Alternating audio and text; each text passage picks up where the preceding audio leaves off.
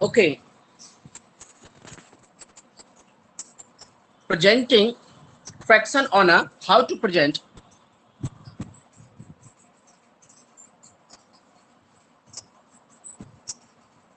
presenting fraction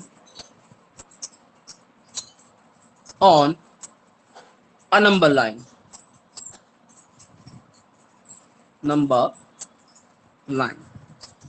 fraction को number line पर represent हम कैसे करें। ओके, फ्रैक्शन को नंबर लाइन पर रिप्रेजेंट हम कैसे करें, ये आज के इस वीडियो में हम सीखने वाले हैं।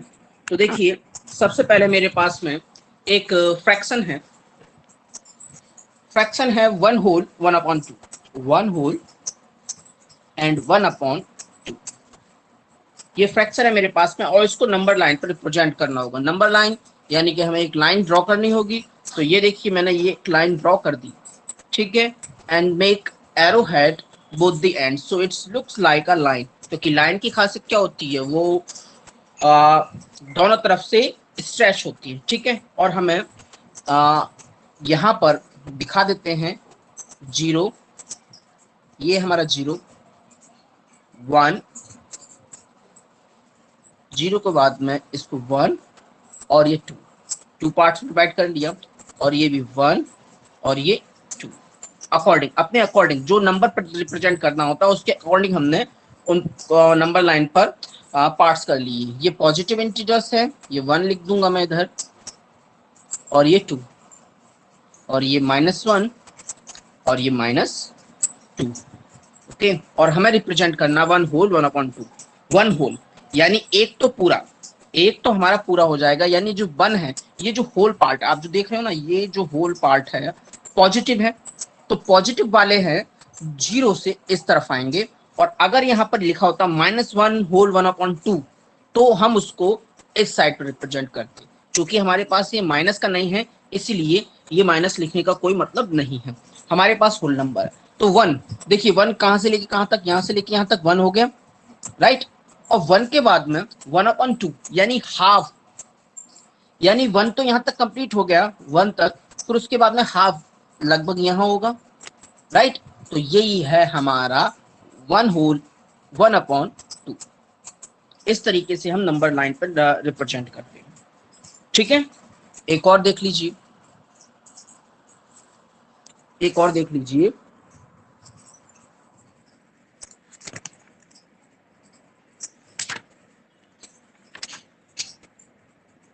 एक क्वेश्चन और देख लेते हैं हम।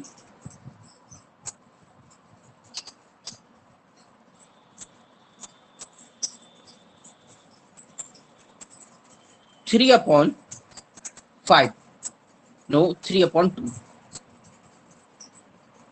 ये भी नहीं, यहां ले लेते हैं हम 5/2। इसे नंबर लाइन पर रिप्रेजेंट करना है, ठीक है। तो सबसे पहले ये फ्रैक्शन फाइंड आउट कीजिए, which type of fraction is this. देखिए नीचे डिनोमिनेटर छोटा है, sir improper fraction. Very good, ये हो गई इम्प्रॉपर फ्रैक्शन। तो इम्प्रॉपर फ्रैक्शन को सबसे पहले कन्वर्ट कर लीजिए किस फ्रैक्शन में, मिक्स फ्रैक्शन, ठीक है। तो जब मिक्स फ्रैक्शन में कन्वर्ट करूंगा, तो मैंने कल के वीडियो में आपको सिखाया था, आप इस तरीके से डिवाइड करेंगे 2 2 जा 4 और 1। और मिक्स फ्रैक्शन में हम कैसे लिखेंगे, सबसे पहले होल पार्ट 2 एक लाइन ड्रॉ कीजिए, रिमाइंडर ऊपर रखिए, और जो डिविडेंट है उसको ऐसे लिखिए, यानी 2 होल 1/2।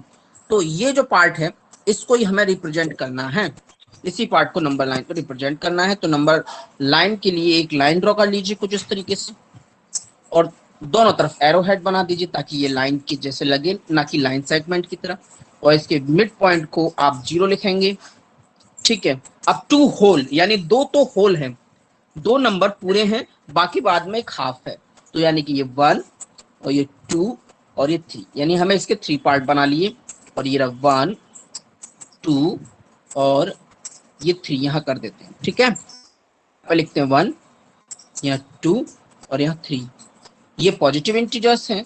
और यहाँ लिखेंगे 1 2 और ये 3, ये नेगेटिव इंटीजर्स हैं सारे, ठीक है। ये सारे नेगेटिव इंटीजर्स हैं। तो पॉजिटिव है तो 2 यहां तक आ जाएगा हमारा 2, देखिए 2 के बाद में हाफ और है तो हाफ 2 और 3 के बीच में लगभग हाफ ये हो जाएगा। तो ये वाला हिस्सा, ये जो पार्ट बन गया 2 होल 1/2। समझ में आ गया? चलिए नेक्स्ट टॉपिक देख लेते हैं। मैं आपको मिक्स फ्रैक्शन को भी करना सिखा चुका हूँ, इम्प्रॉपर टू मिक्स और मिक्स टू इम्प्रॉपर। ठीक है, अब एक और टॉपिक, इक्विवेलेंट फ्रैक्शन कैसे फाइंड आउट करेंगे। ठीक है, equivalent fraction, find equivalent fraction, valent fraction. ठीक है, next topic, find equivalent fraction. हम गिवन फ्रैक्शन की इक्विवेलेंट फ्रैक्शन कैसे फाइंड आउट करेंगे। जैसे मान लीजिए हमको एक नंबर दिया गया है 2/1/2, 1/2 है और इसकी इक्विवेलेंट, क्वेश्चन बनता है फाइंड 4 इक्विवेलेंट फ्रैक्शन ऑफ 1/2। 1/2 के इक्विवेलेंट 4 फ्रैक्शन फाइंड करनी है, यानी कि ऐसी फ्रैक्शन जो 1/4 फ्रैक्शन जो 1/2 के बराबर हो। तो देखिए, तो सबसे पहले इस टाइप के क्वेश्चन में आपको क्या करना होगा, तो यहाँ पे मल्टीप्लाई कर दीजिए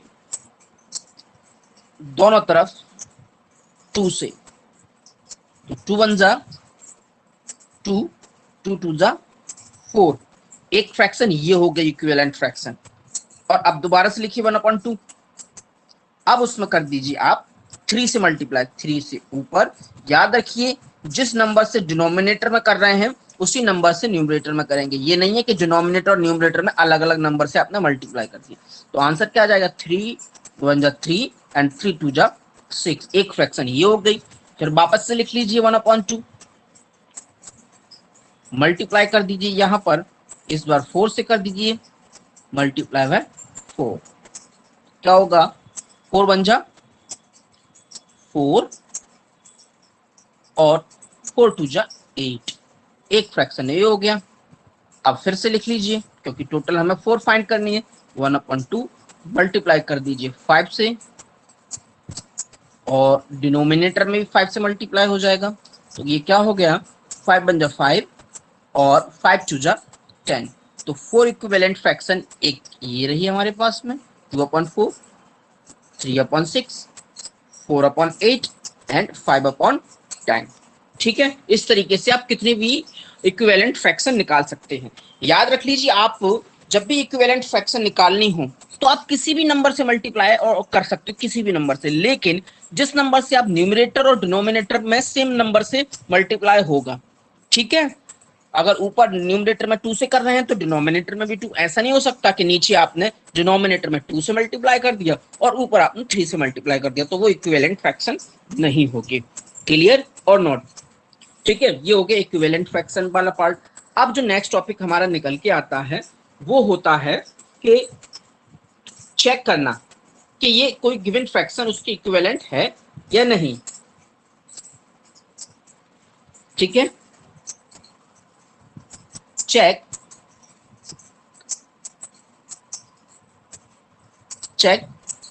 equivalent fraction.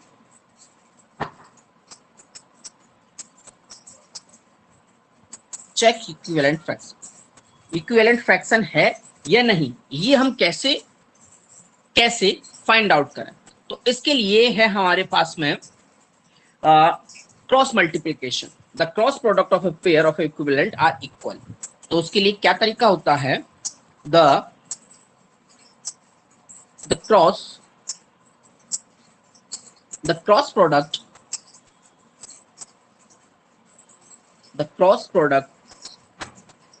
of a pair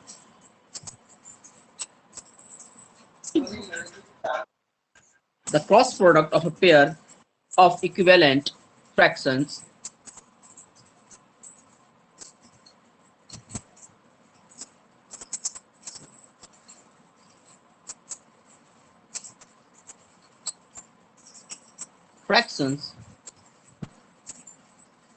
are equal। ठीक है, ये है तरीका इसका, ये है कि the cross product of a pair of equivalent fraction are equal. Cross product का मतलब क्या होता है, देखिए हम यहां पर आ जाते हैं इधर, कि जो भी फ्रैक्शन, दो फ्रैक्शन इक्वल होंगी, इक्विवेलेंट हैं, तो उनके क्रॉस प्रोडक्ट भी इक्वल आएंगे। देख लीजिए यहां पर मैंने एक लिखा 6/10, एक फ्रैक्शन मैंने यहां लिखी 6/10, और ये कहा जा रहा है कि ये इक्वल है किसके, 3/5 के। ओके, चलिए चेक कर लेते हैं। अभी सर ने बताया है कि इनका क्रॉस प्रोडक्ट होगा ना, वो भी इक्वल होगा। अभी क्रॉस प्रोडक्ट क्या होता है? क्रॉस प्रोडक्ट का मतलब होता है कि पहले वाली फ्रैक्शन के न्यूमरेटर का मल्टीप्लाई दूसरी वाली फ्रैक्शन के डिनोमिनेटर से कर दीजिए, और दूसरी वाली पहली वाली डिनोमिनेटर के फ्रैक्शन के डिनोमिनेटर का मल्टीप्लाई दूसरी वाली फ्रैक्शन के न्यूमरेटर से कर दीजिए। ठीक, अब यहां पर हम सॉल्व करते हैं, इसको ऐसे लिख लेते हैं कुछ इस तरीके से। तो 6 × 5, ओके, इक्वल का साइन लगा लीजिए। अगर इक्वल आता है तो इक्वल ही रहने देंगे, अगर इक्वल नहीं आते हैं तो इक्वल नोट कर देंगे, और यहाँ लिखेंगे 10 × 3। इतना समझ आ रहा है आपको? Now do multiplication. 6 × 5 = 30, wow, and 10 × 3 = 30। It has proven, ये प्रूव हो गया कि अगर दो फ्रैक्शन इक्विवेलेंट है तो उनके क्रॉस प्रोडक्ट भी क्या आते हैं, इक्वल आते हैं। ठीक, ये समझ में आ गया होगा। नहीं समझ में आएगा तो वीडियो को दोबारा से रिपीट करके देख लीजिएगा। अब हमारा अगला टॉपिक आता है reducing a fraction to its lowest form. अगला टॉपिक क्या है? Reducing a fraction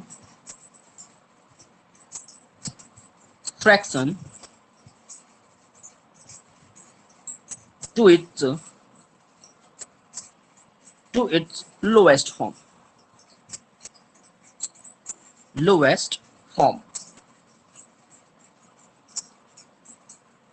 Now see student, कुछ इस टाइप के क्वेश्चन भी आपको देखने को मिल जाएंगे आपके एग्जाम में। रिड्यूस, एक फ्रैक्शन दी है और आपसे बोल दिया जाएगा कि आप इसको रिड्यूस करें। तो ठीक है, अब रिड्यूस कैसे करते हैं ये समझ लीजिए। बहुत ही इंपॉर्टेंट टॉपिक डिस्कस कर रहा हूं, और ये रिड्यूसिंग वाला जो टॉपिक है, जब तक आप मैथ पढ़ेंगे, जब तक आप मैथमेटिक्स पढ़ेंगे आगे वाली क्लासेस में, तब तक ये काम में आने वाला है। इसलिए इसको ध्यान से देख लीजिए कि फ्रैक्शन को रिड्यूस कैसे करते हैं। फ्रैक्शन है 28/32, ओके। अब हमें रिड्यूस करना है, ठीक है। रिड्यूस का मतलब हो गया कि न्यूमरेटर और डिनोमिनेटर दोनों को डिवाइड करके छोटा कर दो, उनकी वैल्यू को छोटा कर दो, 28 और 32। तो सबसे पहले काम आपका ये होगा कि आप ऐसी टेबल देखिए जो जिसमें 22 और 32 भी आ जाता है। तो देखो बच्चों, मुझे सबसे पहले क्या दिखाई दे रहा है? मुझे ये महसूस हो रहा है कि 28 इवन नंबर है, और सर ने बताया था इवन नंबर 2 की टेबल में चला जाता है, और 32 भी इवन नंबर है, तो ये भी 2 की टेबल से चला जाएगा। तो सबसे पहले आप इसको 2 से ही डिवाइड कर दो। जब 2 से डिवाइड करेंगे तो क्या होगा? When we divide 28/2 we get 14, और जब हम 32 को 2 से डिवाइड करेंगे तो हमको मिलता है 16। क्लियर हो गया? अब दोबारा से अपने आप से क्वेश्चन कीजिए कि 14 और 16 किसी टेबल में आते हैं, कॉमन टेबल में, अलग अलग टेबल में नहीं। अलग अलग टेबल की बात नहीं कर रहा हूँ, कॉमन टेबल में आना चाहिए। ये फिर इसको हम फिर 2 से डिवाइड कर सकते हैं, इधर भी इसको 2 से डिवाइड कर सकते हैं। याद रखिए दोनों बार डिनोमिनेटर और न्यूमरेटर सेम ही नंबर से डिवाइड होगा। अब कर देते हैं। अब देखिए, when we divide 14/2 we get 7, और यहाँ पर 8 मिल गया, ठीक है। फिर हम अपने आप से क्वेश्चन पूछेंगे, क्या कोई ऐसा टेबल है जिसमें 7 और 8 आता हो? तो हमें याद हमें याद आएगा ऐसा टेबल, हमें याद आएगा वो टेबल 1 है। हमको याद आ गया ना। मैं क्या कह रहा हूँ, 8 2 की में आता है, लेकिन 7 2 की में नहीं आता है। मैं सिर्फ वही टेबल लेना है जो 7 जो दोनों में है, न्यूमरेटर में भी, न्यूमरेटर को भी डिवाइड कर दे और डिनोमिनेटर को भी डिवाइड कर दे। यहाँ पर 1 है, पर क्या आपने एक चीज नोटिस की? किसी भी नंबर को अगर हम 1 से डिवाइड करते हैं तो हमको वही नंबर मिल जाता है। तो यहाँ पर हमें 7/8 मिल जाएगा वापस से। तो यही इसको हम अब आगे सॉल्व नहीं कर सकते, क्योंकि 7 एंड 8 आर को प्राइम नंबर, 7 और 8 को प्राइम नंबर है, इसलिए हम इसको आगे सॉल्व नहीं कर सकते। इसलिए after reducing the answer is 7/8, ये आंसर हो जाएगा क्योंकि आगे डिवाइड हो नहीं रहा है। और एक और चीज, कुछ बच्चे बहुत होशियार होते हैं हमारे, ठीक है। अब जो होशियार बच्चों के लिए यहाँ पर था 28/32, ठीक है। और भाई उनको पता चल गया, डायरेक्ट पता चल गया कि ये दोनों नंबर इस टेबल से चले जाएंगे 4 से, तो उन्होंने 2 से ना डिवाइड करके दोनों को 4 से डिवाइड कर दिया। और जब हम 4 से डिवाइड करेंगे तो 4 से डिवाइड करने पर यहाँ पर 7 आ जाएगा और यहाँ पर 8 आ जाएगा डिनोमिनेटर के प्लेस पर, आंसर। ठीक है, समझ में आ रहा? क्या सीखा आपने? कि आपने ये सीखा कि हम स्मॉल स्मॉल नंबर से डिवाइड कर सकते हैं और डायरेक्ट बड़े नंबर से भी डिवाइड कर सकते हैं, लेकिन कंडीशन ये है कि सेम नंबर से न्यूमरेटर को डिवाइड करेंगे और सेम नंबर को डिनोमिनेटर से डिवाइड करेंगे, और जब तक डिवाइड करेंगे तब तक कि वो को प्राइम नंबर ना आ जाए। को प्राइम का मतलब ये हो गया कि जब तक न्यूमरेटर और डिनोमिनेटर वो 1 के अलावा किसी और नंबर से डिवाइड ना हो। ये देखिए यहाँ पे 7 और 8 1 से डिवाइड हो रहे हैं, so that is why it is called a को prime number. Clear?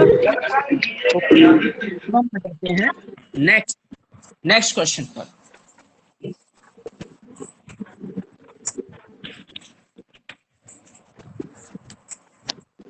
Next question कौन सा है? कि आपको क्या करना है कि फिल करना है, क्वेश्चन फिल करना है। जैसे ये देखिए यहाँ पर एक क्वेश्चन लिखा है 4/5 इज इक्वल टू 20 ऑब्लिक पता नहीं क्या। तो देखिए ऐसे नंबर, ऐसे क्वेश्चन को सॉल्व करने के लिए देखो बच्चों बड़े ध्यान से देख लीजिए इस टाइप के क्वेश्चन को हम कैसे सॉल्व करते हैं। सब लोग एक बार बोल दीजिए sir, yes sir, yes sir, yes sir sir. 5 4 20 sir 5 4 20 sir 5 4 20 अब देख लीजिए, इधर देखिए, सर यहाँ पे 20 आएगा। अब देख लीजिए, मुझे ये सुन लीजिए, देखिए सुन लीजिए सब लोग, स्टॉप, माइक ऑफ कीजिए सब लोग अपना, please turn off your mic, turn off your mic. देखिए यहाँ जो बॉक्स बना है वहां क्या आएगा, तो मान लीजिए 2-3 तरीके से करना सिखाऊंगा मैं आपको। एक तो पहले जनरल तरीका है, यहाँ पर लिख लेते हैं सर हमें कुछ नहीं मालूम, यहाँ पर x आएगा, ठीक है। अब x आएगा, अब ये कह रहे हैं कि दोनों फ्रैक्शन इक्वल हैं 4/5 और 20/x, तो इनका क्रॉस प्रोडक्ट भी इक्वल होगा। तो चलिए क्रॉस प्रोडक्ट फाइंड करते हैं। तो 4 multiply by which number x is equal to 5 multiply by which number 20। इतना समझ में आ गया? ठीक है। और मुझे पता करना है कि x की जगह क्या आएगा, तो मैं x यही रखूंगा और एक इक्वल का साइन लगाऊंगा और देखूंगा x के साथ में कौन सा नंबर जुड़ा है। तो मैंने देखा कि x के साथ में ये 4 जुड़ा हुआ है और x और 4 के बीच में मल्टीप्लाई का साइन है। तो जब किन्हीं दो नंबर के बीच में मल्टीप्लाई का साइन हो और हम उसको इक्वल की दूसरी तरफ शिफ्ट करते हैं तो वो डिवाइड में चला जाता है। याद रखिए इस बात को, 5 मल्टीप्लाई बाय 20 डिवाइड में जब जाएगा तो अपॉन 4 हो जाएगा। इतनी सी बात समझ आई आपको? Very good. चलिए अब हम देखेंगे, अब एक तरीका तो ये है, या तो हम 5 और 20 का मल्टीप्लाई कर दें और उसको 4 से डिवाइड कर दें, लेकिन मुझे यहीं से नजर आ रहा है कि 4 की टेबल में 20 आता है, तो 4 1 जा 4, यहाँ 1 लिखेंगे और 4 5 जा 20। ठीक है, तो यहाँ एक लाइन ड्रॉ कर लेते हैं। अब हम यहाँ लिखेंगे x इज इक्वल टू, तो हमको क्या बचता है, यहाँ पर एक 5 मिलता है और मल्टीप्लाई का ये साइन आ गया और वहां पर भी 5 बनता है।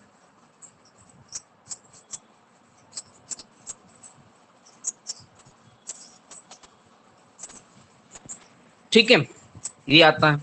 तो अब इन दोनों का मल्टीप्लाई कर दीजिए, x इक्वल टू 25, यानी x के प्लेस पर जो आएगा वो 5 आएगा। यहाँ पर 4/5 इज इक्वल टू 20/25। समझ आया आपको? जहां पर ब्लैंक हो वहां पर आप x ले लीजिए, फिर उसको क्रॉस मल्टीप्लाई कीजिए, फिर उसको सॉल्व कर लीजिए और आपको आंसर मिल जाएगा।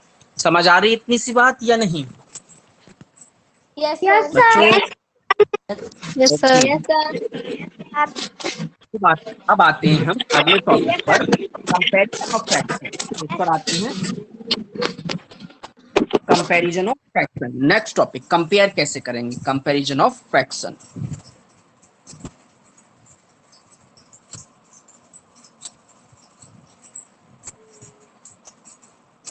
Comparison of fraction, FRACT fractions. अब फ्रैक्शन का कंपैरिजन कैसे करेंगे? तो भाई अब ये देखिए कि सर ने, मैथ्स के सर ने आपका एक टेस्ट लिया है 20-20 नंबर का। कितने नंबर का टेस्ट लिया है? 20 मार्क्स का। तो भाई आदर्श के जो मार्क्स आए हैं, आदर्श के लिख देता हूं मैं, ए बना देता हूं। आदर्श के मार्क्स जो मैथ्स में आए हैं 15/20, और काव्य वशिष्ठ के जो मार्क्स आए हैं वो आए हैं 16/20। साक्षी जुएल के जो मार्क्स आए हैं वो आए हैं 18/20। ठीक है, अब मुझे बता दीजिए कि सबसे ज्यादा मार्क्स किसके आए हैं? सर साक्षी के। साक्षी के आए हैं, क्यों? 18/20। अब चलिए, अब मैं आपको ये मना कर देता हूँ, ना तो ये साक्षी के मार्क्स है, ना ये काव्य वशिष्ठ के मार्क्स है, ना ये आदर्श के मार्क्स है। ये 3 फ्रैक्शन लिखी हुई हैं, 15/20, 16/20, 18/20। तो इसमें से सबसे बड़ी फ्रैक्शन कौन सी है? Sir 18/20। Sir 18/20। Yes, very good. 18/20। अब बस stop stop, turn off your mic. अब क्या होता है कि क्लास 4th में 3 अलग अलग टीचर आते हैं और वो मैथ्स का एग्जाम लेते हैं। प्रतीक सर ने लिया एग्जाम 10 का, और आदर्श के जो मार्क्स आए हैं 10 में से, आदर्श का ही टेस्ट लिया सबने, आदर्श के जो मार्क्स आते हैं 10 में से 7/10। ये आदर्श के मार्क्स है क्योंकि उसको क्वेश्चन पेपर 10 नंबर का मिला था। फिर उसके बाद में काव्य वशिष्ठ का टेस्ट लिया गया, तो काव्य वशिष्ठ का लिया गया, इनके मार्क्स आए 15/20, 15/20, 20 नंबर का। फिर उसके बाद में साक्षी जुएल का भी टेस्ट लिया, तो साक्षी जुएल के जो नंबर आए हैं 30/50। अब मुझे बताइए कि किसके सबसे ज्यादा मार्क्स आए हैं? आदर्श के आए हैं, आदर्श के आए हैं।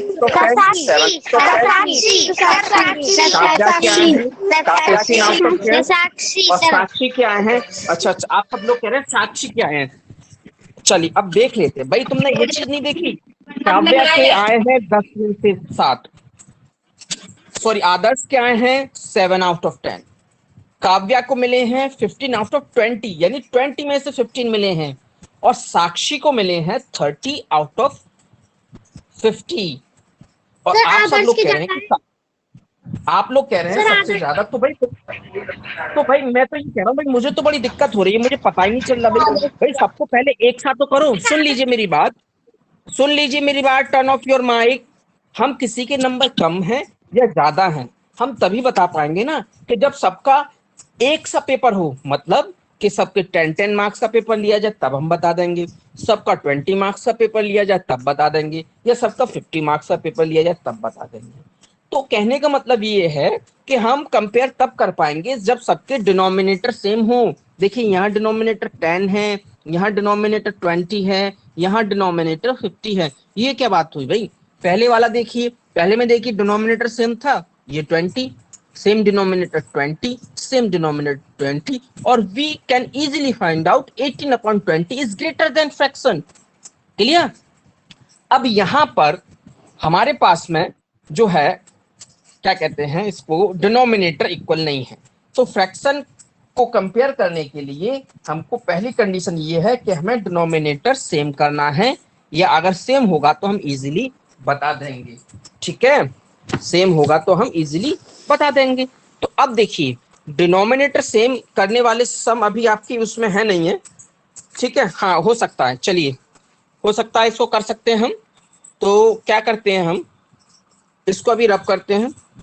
अब ये क्वेश्चन है, आदर्श और काव्य, आदर्श और काव्य वशिष्ठ इनके नंबर, आदर्श और काव्य वशिष्ठ इनके नंबर हैं आपके सामने 15/20 और 10/20, और दोनों में क्या है, दोनों में क्या है, डिनोमिनेटर डिफर है। तो मैं क्या करूंगा, किसी भी तरीके से ये जो है 7/20, इसको 20 में कैसे बना सकता हूँ, कोई मुझे बता सकता है कि इस 7/20 को मैं 20 कैसे बना सकता हूँ? एक आइडिया है कि मैं यहाँ 2 से मल्टीप्लाई कर दूं और यहाँ पर भी 2 से मल्टीप्लाई कर दूं। तो देखिए 2 से मल्टीप्लाई करने पर आदर्श के जो नंबर हो जाएंगे, 7 का 2 से मल्टीप्लाई करेंगे तो ये हो गया 14, और 10 2 जा 20, ये 20 हो गया। अब देख लीजिए भाई, अब देखिए यहाँ पर काव्य के मार्क्स हैं 15/20 और आदर्श के मार्क्स हैं 14/20। ये चुप नहीं रहोगे अनुपम वर्मा, अनुपम वर्मा। तो बताइए, अब दोनों में से बताइए नंबर किसके इक्वल, नंबर किसके ज्यादा हैं, आदर्श के या काव्य के? काव्य के। आप बता कैसे पाए? क्योंकि डिनोमिनेटर सेम था। कंडीशन क्या होनी चाहिए कि आपको डिनोमिनेटर सेम चाहिए किसी भी तरीके से। ठीक है, अब मैं आपको एक क्वेश्चन और दे रहा हूं, आप खुद बताओगे कि कौन सी विच फ्रैक्शन इज ग्रेटर। यहां पर लिखा है मैंने 1/8 और यहां लिखा है मैंने 1/16। अब बताइए कौन सी फ्रैक्शन ग्रेटर है? अभी नहीं, इस टाइप को छोड़ दीजिए, इस टाइप को छोड़ दीजिए। अब देखिए, इस टाइप को छोड़ दीजिए अभी। अब जैसे ये है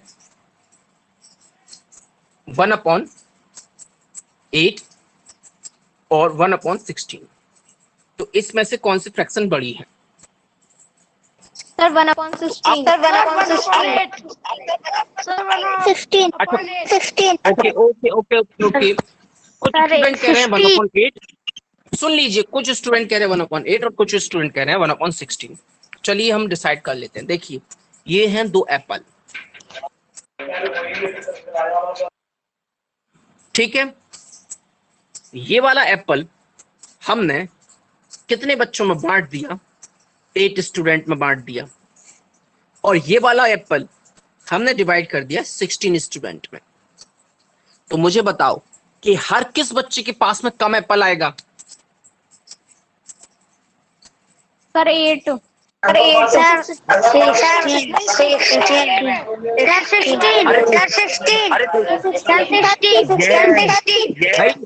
इसके तो सिर्फ 8 ही पार्ट हुए हैं ना, 8 ही पार्ट हुए हैं, तो इन बच्चों को ज्यादा मिलेगा भाई। क्यों नहीं समझ रहे हो? 1 2 3 4 5 6 7 8 और इसके तो 16 हिस्से होंगे। देखो कितना छोटा छोटा हिस्सा मिलेगा हाथ में, बहुत ही छोटा छोटा सा एप्पल आएगा, बहुत छोटा छोटा। देख रहे हो कितना छोटा एप्पल आया हाथ में? क्लियर हो गया? तो कौन सी फ्रैक्शन बड़ी हो गई? 1/8। क्लियर हो गया? फ्रैक्शन हमारी 1/8 इज ग्रेटर। अब उसके बाद में मैं आपसे एक और फ्रैक्शन देता हूं मैं। एक है 2/8 और एक है 1/8। अब इसमें से बताइए कौन सी फ्रैक्शन बड़ी है? 1/8।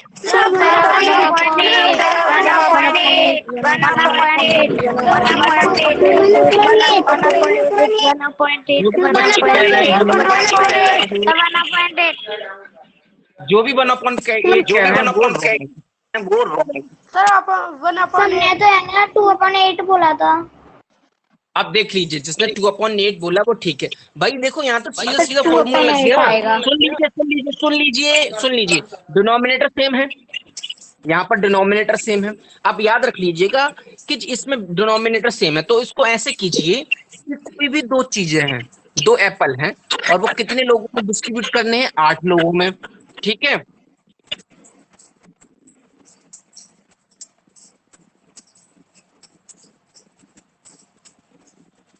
ठीक है। और यहाँ पर एक है, वो डिस्ट्रीब्यूट करना कितने लोगों में, 8 में। ठीक है, तो बताओ ज्यादा किसके हिस्से में आएगा?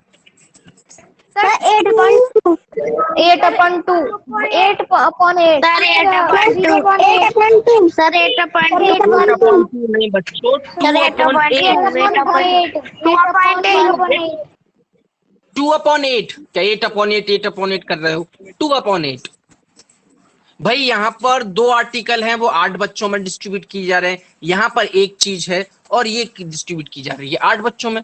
तो भाई जो दो एप्पल हैं उनको भी 8 बच्चों में बांटना है, और एक एप्पल है उसको भी 8 बच्चों में बांटना है। तो एक एप्पल को जब हम 8 बच्चों में बांटेंगे तो कम कम आएगा ना, और ये वाले दो एप्पल हैं तो उनको बांटेंगे तो सबके हिस्से में ज्यादा ज्यादा आएगा, तो 2/8 ग्रेटर देन है। तो ऐसा समझ लीजिए, जब आपको डिनोमिनेटर सेम मिले, याद रख लीजिए मैं एक ट्रिक बता रहा हूं आपको, कि जब आपको डिनोमिनेटर सेम मिले, क्या चीज सेम मिले?